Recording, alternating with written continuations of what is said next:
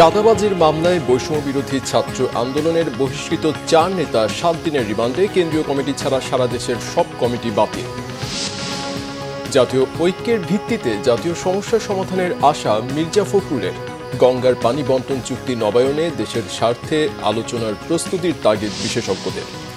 অস্বচ্ছতার শঙ্কায় জুলাই শহীদ পরিবারের জন্য বিনামূল্যের ফ্ল্যাট প্রকল্প প্রত্যাহার একনেকে ঢাকা বিশ্ববিদ্যালয়ে আরও 9টি হল নির্মাণের সিদ্ধান্ত। এক ব্যক্তির সর্বোচ্চ 2 মেয়াদে প্রধানমন্ত্রী থাকার বিষয়ে একমত সব দল। প্রস্তুত জুলাই সনদের খসড়া, আজ কপি পাঠানো হবে দলগুলোর কাছে। মাইলস্টোন দুর্ঘটনায় নিহতের সংখ্যা 34, রিলিজ পেলেন আরও 2 আহত। ট্রমা কাটেনি শিক্ষার্থীদের, ক্ষতিগ্রস্ত ভবনে চলছে পরিচ্ছন্নতার কাজ। দেখছিলেন গ্রাম সিমেন্ট সংবাদ শিরোনাম। আওয়ামী লীগের সাবেক এমপি শাম্মী আহমেদের বাসায় চাঁদাবাজির মামলায় বৈষম্য বিরোধী ছাত্র আন্দোলনের নেতা আব্দুর রাজ্জাক রিয়াদ সহ 4 জনের 7 দিনের রিমান্ড মঞ্জুর করেছে আদালত। চাঁদাবাজদের গডফাদারকে খুঁজে বের করার দাবি জানিয়েছে রাষ্ট্রপক্ষ। আসামি পক্ষের আইনজীবীও চেয়েছেন চাঁদাবাজি মুক্ত বাংলাদেশ। রিপোর্ট ফজলে রাব্বির।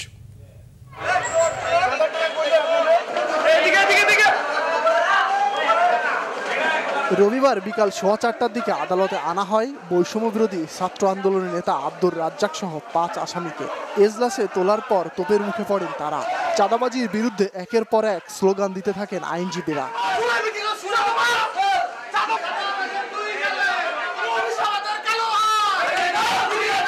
4 আসামিকে জিজ্ঞাসাবাদের জন্য 10 দিনের রিমান্ড আবেদন করা হয়।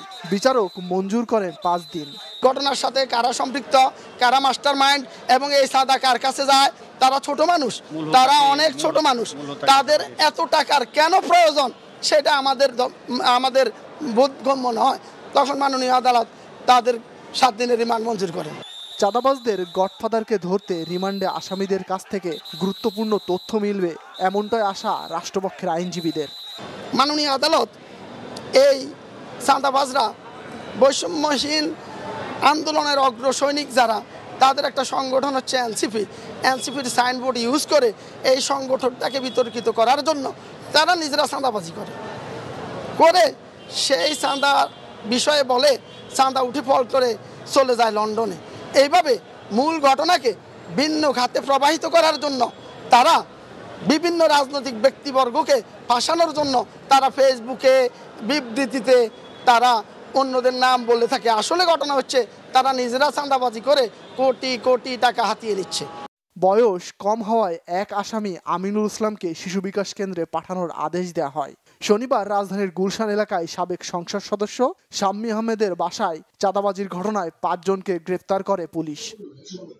ফজলে রাব্বি, বাংলা ভিশন, ঢাকা। এদিকে সাম্প্রতিক কিছু ঘটনার দায় স্বীকার করে বৈষম্য বিরোধী ছাত্র আন্দোলনের কেন্দ্রীয় কমিটি বাদে সারা দেশের সব কমিটি বাতিলের ঘোষণা দিয়েছে সংগঠনটি। রবিবার বিকালে রাজধানীর শাহবাগে জরুরি সংবাদ সম্মেলনে বৈষম্য বিরোধী ছাত্র আন্দোলনের সভাপতি রিফাত রশিদ এই ঘোষণা দেন। তিনি বলেন, অনেকে এরই মধ্যে বিভিন্ন রাজনৈতিক দলের শেল্টারে নানা অনৈতিক কর্মকাণ্ডে জড়িয়ে পড়েছে, যা নিয়ন্ত্রণের বাইরে। এ কারণেই এই সিদ্ধান্ত নিয়েছে সংগঠনটি। বাংলাদেশের ইতিহাসে এর আগে কোনো সংগঠন অপরাধের দায় স্বীকার করে এভাবে সারা দেশের কমিটি স্থগিত করেনি বলেও দাবি করেন তিনি। একই সাথে সারা দেশে কেউ বৈষম্য বিরোধী ছাত্র আন্দোলনের ব্যানারে কোনো অপকর্ম করলে তাৎক্ষণিক ব্যবস্থা নিতে আইন শৃঙ্খলা বাহিনীর প্রতি আহ্বান জানিয়েছেন সংগঠনটির নেতারা।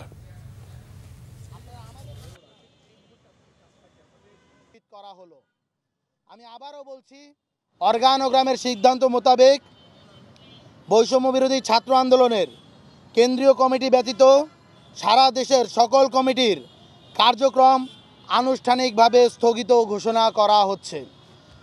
এর মধ্য দিয়ে আমরা বৈষম্য বিরোধী ছাত্র আন্দোলনের আগামী কার্যক্রম কোন উপায়ে পরিচালিত হবে সেই সম্পর্কে আমরা বসবো, একটা রূপরেখা তৈরি হবে। বৈষম্য বিরোধী ছাত্র আন্দোলন জুলাই গণ অভ্যুত্থানের প্ল্যাটফর্ম, জুলাই গণ অভ্যুত্থানের স্পিরিটের সাথে সাংঘর্ষিক কোনো কিছুই তারা বরদাস্ত করবে না। এত বড় একটা অ্যাকশন নেওয়ার পরও যদি আপনারা বলেন যে আর কোন ধরনের অ্যাকশন দেখতে চান, তাহলে আমরা বলবো যে আপনারা আমাদেরকে সাজেস্ট করেন আর কোন কোন ধরনের অ্যাকশন নেওয়া যায়, আমরা সেটাও বিচারাধীন করব, আমরা বিবেচনা নিই। বিএনপি মহাসচিব মির্জা ফখরুল ইসলাম আলমগীর বলেছেন, জুলাই অভ্যুত্থানে পাওয়া জাতীয় ঐক্যকে সামনে রেখে জাতীয় সমস্যাগুলোর সমাধানের দিকে এগিয়ে যেতে হবে। অনুষ্ঠানে বিশেষজ্ঞরা বলেন, পাটুরিয়া দিয়ে দ্বিতীয় পদ্মা সেতু নির্মাণে এখনই ওয়ার্কিং গ্রুপ করা উচিত।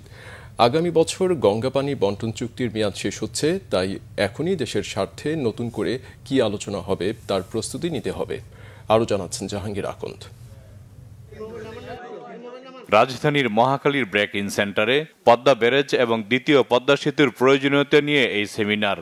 এতে বিশেষজ্ঞরা বলেন, পাটুরিয়া গোয়ালন্দ নগর কান্দা দিয়ে দ্বিতীয় পদ্মা সেতুর প্রয়োজনীয়তা অস্বীকার করার উপায় নেই, কিন্তু মানুষের জীবন জীবিকার বিষয়টিও উপলব্ধি করতে হবে।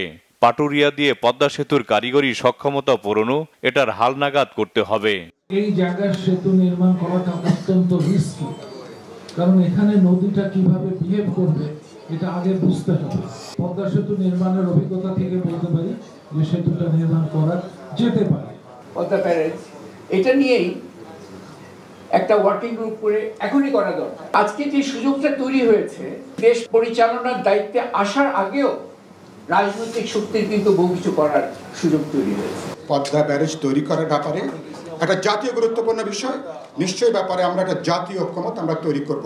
আগামী বছর নতুন সরকার আসলে পরে একটা যথোপযুক্ত বাংলাদেশের স্বার্থ রক্ষাকারী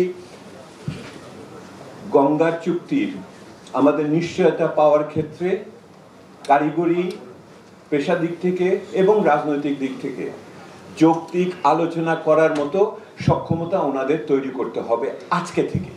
অনুষ্ঠানে বিএনপির মহাসচিব বলেন, বেগম খালেদা জিয়া অনেক আগেই দ্বিতীয় পদ্মা সেতুর কথা বলেছেন। দ্বিতীয় পদ্মা সেতু ও পদ্মা ব্যারেজের প্রয়োজনীয়তা রয়েছে, তার জন্য দরকার রাজনৈতিক কমিটমেন্ট। এই কাজগুলোর জন্য সবচেয়ে বেশি যেটা প্রয়োজন হচ্ছে পলিটিক্যাল কমিটমেন্ট। রাজনৈতিক কমিটমেন্টই হচ্ছে সবচেয়ে বড় প্রয়োজন, সেটাই দরকার। এবং সেটা তখনই তৈরি হবে যখন সেটা জনগণের মধ্য থেকে উঠে আসবে এই দাবিটা। এটাও কিন্তু অত্যন্ত জরুরি। বর্তমান দেশ ট্রানজিশন পিরিয়ডে আছে উল্লেখ করে মির্জা ফখরুল বলেন, জুলাই অভ্যুত্থানের মাধ্যমে একটি জাতীয় ঐক্য তৈরি হয়েছে। অভূতপূর্ব একটি ছাত্র গণ অভ্যুত্থানের মধ্য দিয়ে আমাদের একটা জাতীয় ঐক্য তৈরি হয়েছিল। সেই জাতীয় ঐক্যকে সামনে নিয়ে আমরা যদি সবাই আমাদের মূল বিষয়গুলোকে সামনে আনতে পারি এবং সেই বিষয়গুলো যদি কাজ করে চিন্তার ঐক্য মতো যে থাকে, তার নিঃসন্দেহে আমরা সফল হব। অনেকে আজকাল অনেক কথা বলছেন, সংস্কার হচ্ছে, সংস্কার তো আমরা অনেক আগে উপলব্ধি করেছি। রাজনৈতিক দল হিসেবে আমরা অত্যন্ত সচেতন যে জনগণের যেটা প্রয়োজন এবং কালের যুগের সঙ্গে সঙ্গে পরিবর্তনগুলো আনা দরকার, রাষ্ট্র কাঠামোর যে পরিবর্তন আনা দরকার, সে ব্যাপারে আমরা অত্যন্ত সচেতনভাবে আমরা সামনের দিকে এগোচ্ছি। বিএনপির মহাসচিব বলেন, ঐক্যবদ্ধ থাকলে বাংলাদেশের মানুষ পারে। সেটি 1971 সালে প্রমাণিত হয়েছে, আবার 2024-এও প্রমাণিত হয়েছে। জাহাঙ্গীর আকন্দ, বাংলাভিশন, ঢাকা। বিএনপির সিনিয়র যুগ্ম মহাসচিব রুহুল কবির রিজভী বলেছেন, যারা গণতন্ত্রকে ধ্বংস করেছিল তারা নির্বাচন বানচালে চক্রান্ত করতে পারে, সেগুলো সরকারকে মোকাবিলা করতে হবে। রবিবার সকালে নির্বাচন ভবনে নির্বাচন কমিশন সচিবের কাছে 2024 সালের অডিট রিপোর্ট জমা দেয় বিএনপি। গেল বছরে দলটির আয় 15,94,94,842 টাকার বিপরীতে ব্যয় দেখানো হয়েছে 4,80,04,823 টাকা। রুহুল কবির রিজভী বলেন, অতীতে মেরুদণ্ডহীন লোকদের নির্বাচন কমিশনে নিয়োগ দিয়ে কারচুপির নির্বাচন করেছে আওয়ামী লীগ। তিনি বলেন, অতীতে নির্বাচন কমিশন প্রাতিষ্ঠানিক স্বাধীনতা হারিয়েছিল, নির্বাহী বিভাগের অধীনে ছিল, ফ্যাসিবাদের অস্ত্র হয়ে উঠেছিল, দিনের ভোট রাতে করেছিল। বর্তমান ইসি সুষ্ঠু নির্বাচন করবে, সেটি প্রত্যাশা করে বিএনপি। প্রকল্প ব্যয়ে অস্বচ্ছতা ও এ নিয়ে প্রশ্ন ওঠার আশঙ্কায় জুলাই শহীদ পরিবারের জন্য বিনামূল্যের ফ্ল্যাট প্রকল্পের প্রস্তাবটি প্রত্যাহার করে নিয়েছে সরকার। একনেকের সভা শেষে ব্রিফিংয়ে পরিকল্পনা উপদেষ্টা ডক্টর ওয়াহিদুদ্দিন মাহমুদ এ তথ্য জানান। বলেন, এ বিষয়ে সরকার নতুন পরিকল্পনা নিয়ে এগোচ্ছে। এছাড়া গাজীপুর এয়ারপোর্টে বাস র্যাপিড ট্রানজিট প্রকল্পটিকে একটি অপরিকল্পিত ও দানবীয় মেগা প্রজেক্ট আখ্যা দিলেও এ বিষয়ে কোনো সিদ্ধান্ত হয়নি। আর ঢাকা বিশ্ববিদ্যালয়ে শিক্ষার্থীদের আবাসন সংকট নিরসনে আরও 9টি হল নির্মাণের একটি প্রকল্প অনুমোদন দিয়েছে একনেক। রিপোর্ট সৈয়দ আব্দুল মহিতের। প্রধান উপদেষ্টা ডক্টর মোহাম্মদ ইউনূসের সভাপতিত্বে শেরেবাংলা নগরে জাতীয় অর্থনৈতিক পরিষদের নির্বাহী কমিটি একনেকে সভা হয়। সভায় জুলাই শহীদ পরিবারের জন্য নেয়া 804টি ফ্ল্যাট প্রকল্পের প্রস্তাব আবারও মূল্যায়নের সিদ্ধান্ত হয়েছে। ব্রিফিংয়ে পরিকল্পনা উপদেষ্টা ওয়াহিদুদ্দিন মাহমুদ একথা জানান। এটা একটা ভালো উদ্যোগ বলে আমরা মনে করেছিলাম, কিন্তু এটা আমরা এখন গ্রহণ করিনি। তার কারণ আমরা এটার কাগজপত্রগুলো দেখে আমাদের মনে হয়েছে এটার যথাযথভাবে এটার খরচের মূল্যায়ন হওয়া উচিত টেন্ডারে যাওয়ার আগে। আবাসিক এই সুবিধাটা দিতে গেলে এখানে উত্তরাধিকারের প্রশ্ন উঠবে। শুধু ঢাকাতেই, মিরপুরে কেন? অনেকে তো গ্রামাঞ্চলে এবং অন্য শহরে থাকে। কাজেই এটা ভালো উদ্যোগ ছিল, কিন্তু এটাকে আরও পরিকল্পনা করতে হবে। পরিকল্পনা উপদেষ্টা জানান, গাজীপুর এয়ারপোর্ট বাস র্যাপিড ট্রানজিট একটি অপরিকল্পিত ও দানবীয় মেগা প্রজেক্ট। এ বিষয়ে বৈঠকে কোনো সিদ্ধান্ত হয়নি। এই প্রকল্পের উপযোগিতা এবং সম্ভাব্যতা এই ধরনের জায়গায় এটা কি পর্যালোচনা আদৌ করা হয়েছিল কিনা, সমীক্ষা করা হয়েছিল কিনা, কারা এই ধরনের প্রকল্পের চাহিদা কী হবে সেটার কোনো সমীক্ষা করা হয়েছিল না। এগুলো সব দেখা হবে। এই প্রকল্পটা নিয়ে এগুলো কীভাবে সেটা এখনও আমরা নিশ্চিত না। অর্থ বছরের প্রথম একনেক সভায় 12টি প্রকল্প অনুমোদন দেয়া হয়। এতে সরকারের ব্যয় ধরা হয়েছে 8,149 কোটি টাকা। পরিকল্পনা উপদেষ্টা জানান, ঢাকা বিশ্ববিদ্যালয়ের আবাসন সহ সার্বিক পরিস্থিতি বিবেচনায় মাস্টার প্ল্যান অনুমোদন দেয়া হয়েছে। মেয়েদের জন্য 4টি, ছেলেদের 5টি হল, স্টেডিয়াম, ডাকসু ভবন ও শিক্ষক কর্মকর্তা কর্মচারীদের জন্য আরও 2টি ভবন নির্মাণ করা হবে। এটি বাস্তবায়নে আগামী 5 বছরে ব্যয় ধরা হয়েছে 2,840 কোটি টাকা।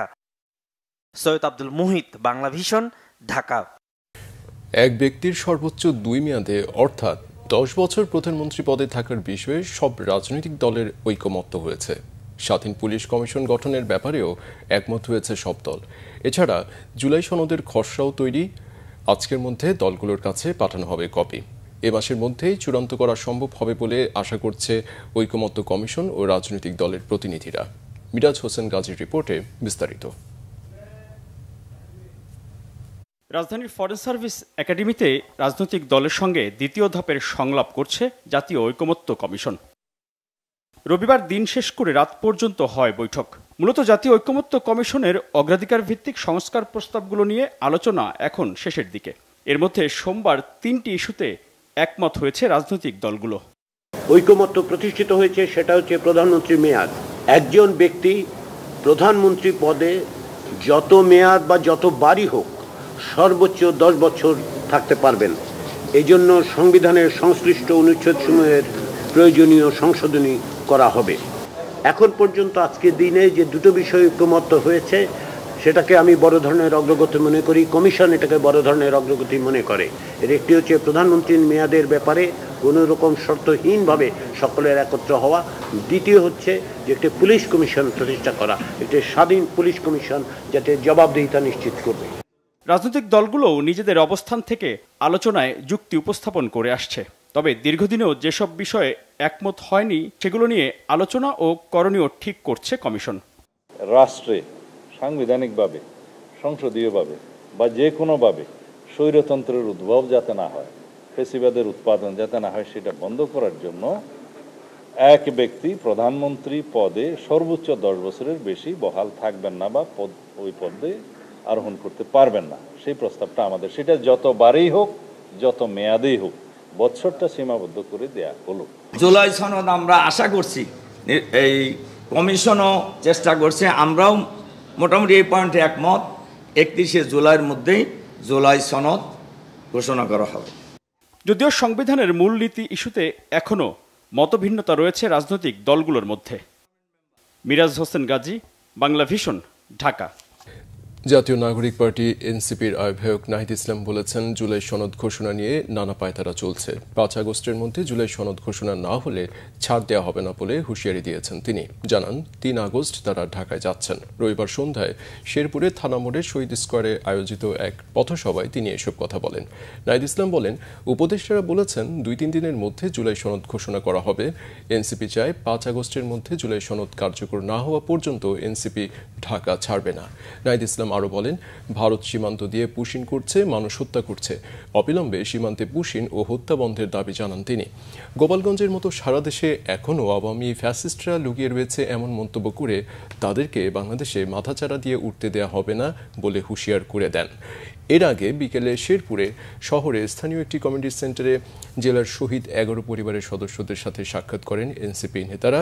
এরপর শেরপুর সরকারি কলেজের শহীদ মাহবুব চত্বর থেকে পদযাত্রা শুরু হয়ে শহীদ স্কোয়ারে গিয়ে শেষ হয়। সভায় সার্জিস আলম, হাসনাত আবদুল্লাহ, নাসিরউদ্দিন পাটোয়ারি সহ এনসিপির কেন্দ্রীয় নেতারা উপস্থিত ছিলেন। এদিকে জুলাই পদযাত্রা কর্মসূচির অংশ হিসেবে জামালপুর পৌঁছেছে জাতীয় নাগরিক পার্টি এনসিপি। দলের আহ্বায়ক নাহিদ ইসলাম বলেছেন, তারা এমন একটা বাংলাদেশ চান যেখানে কোনো বৈষম্য থাকবে না, যেখানে মন্দির পাহারা দেওয়ার প্রয়োজন পড়বে না। রবিবার রাতে জামালপুরে দয়াময়ী মন্দির পরিদর্শন শেষে মন্দির পরিচালনা কমিটির সাথে মতবিনিময় সভায় কথা বলেন তিনি। এনসিপির কেন্দ্রীয় নেতৃবৃন্দ ও দয়াময়ী মন্দির পরিচালনা কমিটির নেতারা উপস্থিত ছিলেন সেখানে। এর আগে এনসিপি নেতারা হজরত শাহ জামাল রহমতুল্লাহ ইলাইহির মাজার জিয়ারত করেন। সকালে জুলাই শহীদদের পরিবারের সাথে মতবিনিময়। বেলা 11টায় জুলাই পদযাত্রা ও শহরের ফৌজদারি মোড়ে পথসভায় বক্তব্য রাখবেন এনসিপি নেতারা।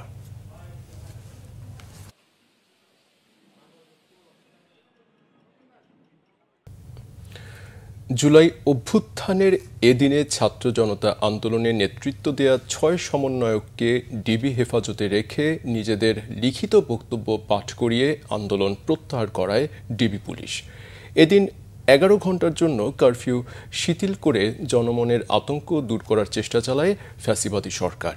সেই সাথে সারা দেশে বহাল রাখে ব্লক রেড।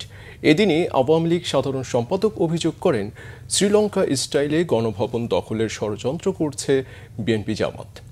শুভ মাহফুজের রিপোর্ট।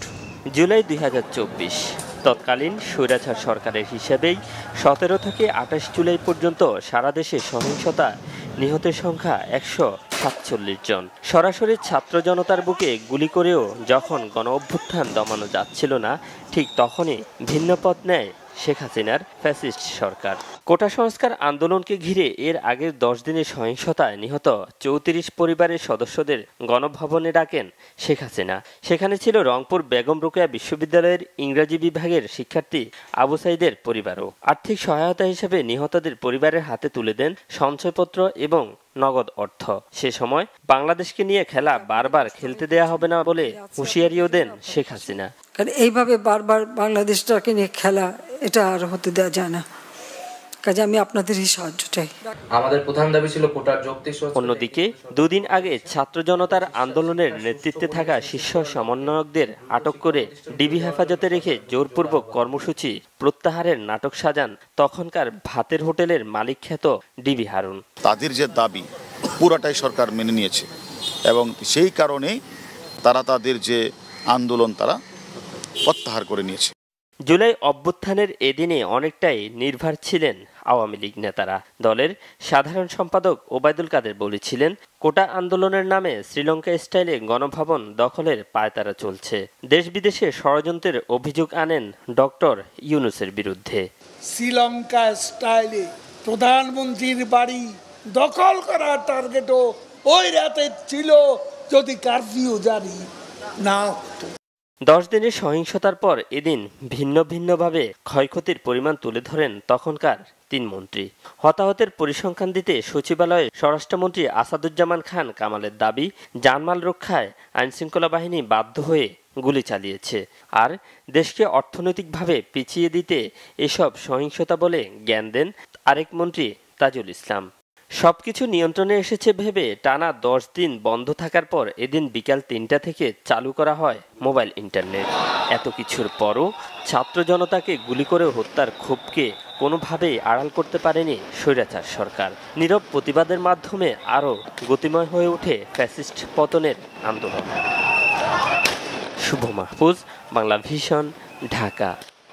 উত্তরার মাইলস্টোন স্কুলে বিমান বিধ্বস্তের ঘটনায় দগ্ধ হয়ে চিকিৎসাধীন আহতদের মধ্যে আরও 2 জনকে রিলিজ দিয়েছে জাতীয় বার্ন ইনস্টিটিউট। এ নিয়ে মোট 4 জন রোগী সুস্থ হয়ে বাড়ি ফিরলেন। রবিবার বিকেলে হাসপাতাল চত্বরে এক সংবাদ সম্মেলনে এ তথ্য জানান ইনস্টিটিউটের ভারপ্রাপ্ত পরিচালক অধ্যাপক ডাক্তার মোহাম্মদ নাসির উদ্দিন। তিনি বলেন, বর্তমানে ইনস্টিটিউটে চিকিৎসাধীন 34 রোগী, যাদের মধ্যে 28 জন শিশু ও 6 জন প্রাপ্তবয়স্ক। বর্তমানে ভর্তি থাকা 34 রোগীর মধ্যে 4 জন রয়েছেন আইসিইউতে, তাদের মধ্যে 2 জন রয়েছেন লাইফ সাপোর্টে। ছাড়প্রাপ্তদের একজন উদ্ধারকারী কাজী আমজাদ সাইদ, আরেকজন মাইলস্টোন স্কুলের একজন আয়া। এছাড়া মেডিকেল এইচডিইউতে চিকিৎসাধীন রয়েছেন 3 জন, ফিমেল এইচডিইউতে 6 জন, পোস্ট অপারেটিভ ওয়ার্ডে 8 জন এবং কেবিনে আছেন 12 জন। অন্যদিকে বিমান বিধ্বস্তের ঘটনায় নিহতের সংখ্যা নিয়ে বিভ্রান্তি সৃষ্টি হয়েছে। শনিবার 35 জনের মৃত্যুর কথা বললেও রবিবার 34 জনের মৃত্যুর কথা বলেছে স্বাস্থ্য মন্ত্রণালয়। এ নিয়ে মন্ত্রণালয় হালনাগাদ তথ্য দিয়েছে। মাইলস্টোন স্কুল অ্যান্ড কলেজে বিমান দুর্ঘটনায় ক্ষতিগ্রস্ত স্কুল ভবনে আলামত সংগ্রহ করেছে বিমান বাহিনীর তদন্ত সংস্থা। তারা জানিয়েছে স্কুল ভবনটি কর্তৃপক্ষের কাছে হস্তান্তরে তাদের এই প্রয়াস। এদিকে দুঃসহ স্মৃতি তাড়া করছে শিক্ষার্থীদের। তাদের ট্রমা কাটাতে স্কুলে আয়োজন করা হয়েছে কাউন্সেলিংয়ের। রিপোর্ট ফররুখ বাবুর। মাইলস্টোন স্কুল অ্যান্ড কলেজে হায়দার আলী ভবনের সামনে বিমানটি বিধ্বস্ত হওয়ার পর ছড়িয়ে ছিটিয়ে যায় ছোট ছোট টুকরো। বিমান বাহিনীর সদস্যরা মেটাল ডিটেক্টরের মাধ্যমে সেগুলি উদ্ধার করছেন। রবিবার সকাল থেকে বাহিনীর তদন্ত সংস্থা বিধ্বস্ত স্থাপনা সহ আশপাশ থেকে আলামত সংগ্রহ করে। আনুষ্ঠানিকভাবে তদন্ত সংস্থা কথা না বললেও তারা জানান ভবনটি হস্তান্তরের প্রক্রিয়ার অংশ হিসেবে কাজ করছেন তারা। এদিকে ভয়াবহ ঘটনার 6 দিন পার হলেও এখনো মানসিক অস্থিরতা কাটেনি শিক্ষার্থীদের। এদিন স্কুলের নির্দিষ্ট কাউন্সেলিং সেন্টারে শিক্ষার্থী ও অভিভাবকদের মানসিক ট্রমা কাটাতে কাউন্সেলিং করানো হয়। আওয়াজের পরে অনেক জোরে একটা ব্লাস্ট হয়, পরে সবাই ভয় পেয়ে গেছে, সাথে সাথে আগুন ছড়ায় গেছে, আর আমাদের ক্লাসে পুরো কালো ধোঁয়া দিয়ে বের আছে। আমরা অক্সিজেন নিতে পারতেছিলাম না। পরে একবার ক্লাসে বাইরে যাইতেছিলাম, মানে বারান্দা আসতেছিলাম, আরেকবার ক্লাসে লাস্টে যাইতেছিলাম অক্সিজেন নেওয়ার জন্য। এর ভিতরে আমার সাথে যে স্যারটা ছিল, ওই স্যার এই যে বারান্দার গ্রিল ভাঙতেছিল, পরে অনেক কষ্টে বারান্দার গ্রিল ভাঙছে একটুখানি। এরপরে সেনাবাহিনী আর কলেজের কয়েকটা ভাইরা আমাদের বের করছে। আমার একটা বন্ধু মারা গেছে, তার জন্য খারাপ লাগে। তো আমার কাছের একটা বন্ধু এখন মারা গেলে কেমন লাগবে। স্কুলের ওপর থেকে বিমান উড়ে গেলে এখনো আতঙ্কিত হয়ে পড়ে শিক্ষার্থীরা। ক্লাস শুরুর মানসিক প্রস্তুতি নেই বলেও জানান তারা। এখনো যে বিমান যাচ্ছে, মানে আমাদের মনে এখনো ভয় আছে। মানে আমাদের বাসায় যে ছোট ছোট ভাই বোনগুলো আছে, ওরা স্কুলে আসতে ভয় পাচ্ছে, বলছে না আপু আমি যাব না, এখানে প্লেন ব্লাস্ট হয়, তো আমার ভয় লাগতেছে। আমার ছোট ছোট ভাই বোনরা স্কুলে আসতে চাচ্ছে না। এদিকে আমরাও একটু ভয়ে আছি যে মানে এই স্কুলে কি হয়ে গেছে, মানে আমাদের নিজেরই আতঙ্ক আছে এখনো। যখন প্লেনগুলো যায় না, আমার মনের ভিতরে ভয় কাজ করে যে আবার ভেঙে পড়বে, আবার বিধ্বস্ত হবে। আগামী 2 আগস্ট পর্যন্ত স্কুলের কার্যক্রম বন্ধ রাখার প্রাথমিক সিদ্ধান্ত পরিবর্তন করেনি স্কুল কর্তৃপক্ষ। ফররুখ বাবু, বাংলা ভিশন, ঢাকা। আরোপিত নতুন শুল্ক নিয়ে আলোচনা করতে সোমবার সন্ধ্যায় বাণিজ্য উপদেষ্টার নেতৃত্বে একটি প্রতিনিধি দল যাবে যুক্তরাষ্ট্রে। এমন তথ্য জানিয়েছেন বাণিজ্য মন্ত্রণালয়ের সচিব মাহবুবুর রহমান। সচিবালয়ে সাংবাদিকদের সাথে আলাপকালে বাণিজ্য সচিব আরও বলেন, আগামী মঙ্গল ও বুধবার ওয়াশিংটনে আবার বৈঠক হবে শুল্ক নিয়ে। যুক্তরাষ্ট্রের আরোপিত 35% শুল্ক বিষয়ে দ্বিপাক্ষিক আলোচনায় ভালো কিছু হবে বলে প্রত্যাশার কথাও জানান তিনি। সচিব আরও বলেন, 1 আগস্টের আগেই ভালো ঘোষণা আসবে।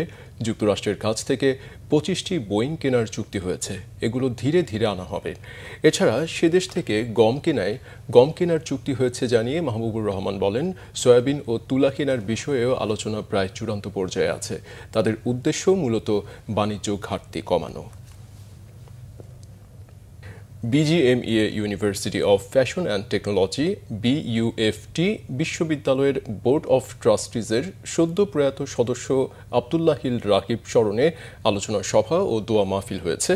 বিশ্ববিদ্যালয়ে মাল্টিপারপাস হলে নির্বাচিত আলোকচিত্র ও একটি তথ্যচিত্র প্রদর্শনীর মধ্য দিয়ে আব্দুল্লাহিল রাকিবের কর্মময় জীবন তুলে ধরা হয়। আবেগঘন স্মৃতিচারণে তার নিষ্ঠা ও নেতৃত্বের গুণাবলী তুলে ধরেন স্বজন, সহকর্মী ও ঘনিষ্ঠজনরা। বলেন, শিক্ষা, তৈরি পোশাক খাত ও সামাজিক কল্যাণে অসামান্য অবদান রেখে গেছেন রাকিব। তার স্মৃতির প্রতি শ্রদ্ধা জানিয়ে মানপত্র ও স্মৃতি সংবলিত ফটো অ্যালবামও উন্মোচন করা হয়। কমেন্ট বুকেও আবেগঘন বার্তা লেখেন স্বজন ও সুধীজনরা।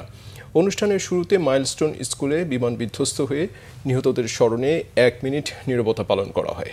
পরে হয় দোয়া মাহফিল। অংশ নেন BUFTর শিক্ষক, কর্মকর্তা ও অতিথিরা। অনুষ্ঠানটি পরিচালনা করে BUFTর জনসংযোগ বিভাগ। আমরা সংবাদ শেষ করব ক্রাউন সিমেন্ট শিরোনামগুলো আরেকবার জানিয়ে দিয়ে।